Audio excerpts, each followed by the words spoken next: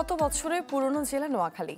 এর পৌর শহরের 4 লেন সহ বিভিন্ন গুরুত্বপূর্ণ সড়কে বাতি না থাকায় ভুতুড়ে পরিবেশ নেমে আসে রাতে। অভিযোগ, বেশিরভাগ সড়কে নেই বাতি, কোথাও থাকলেও তা বিকল। প্রতিনিয়ত বাড়ছে অপরাধ।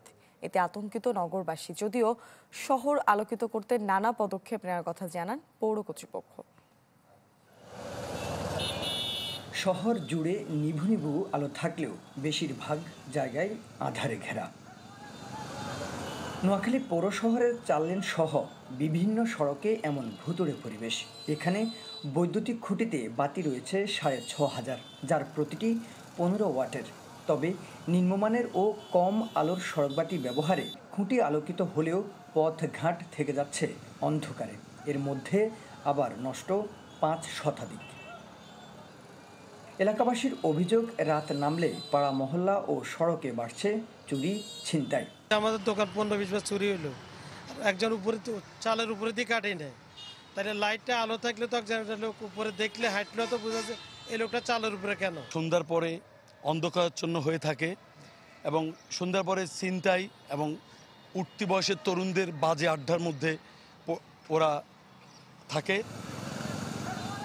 এমন অন্ধকার নগরীতে অপরাধী শনাক্তেও বেগ পেতে হচ্ছে আইন শৃঙ্খলা বাহিনীকে। অপরাধগুলো যখন হয় তখন আসলে এটা আমাদের ক্ষেত্রে আমরা যখন তদন্তে নামি তখন দেখতে পাই যে আশেপাশে সব জায়গায় লাইট আছে, কিন্তু ওই জায়গাটাতে লাইট ছিল না, নাই বা নষ্ট। তখন আমাদের তদন্ত করতে একটু হিমশিম খেতে।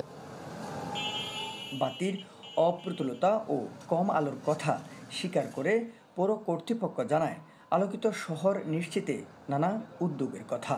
প্রধান সড়ককে আলোকিত করার জন্য দুই পাশে ডাবল ব্র্যাকেট, মাঝখানে খুঁটি থাকবে ডিভাইডারে এবং দুই পাশে বাতি থাকবে। এভাবে আমরা 7 কিলোমিটার রাস্তা আলোকিত করার একটা ব্যবস্থা নিয়েছি।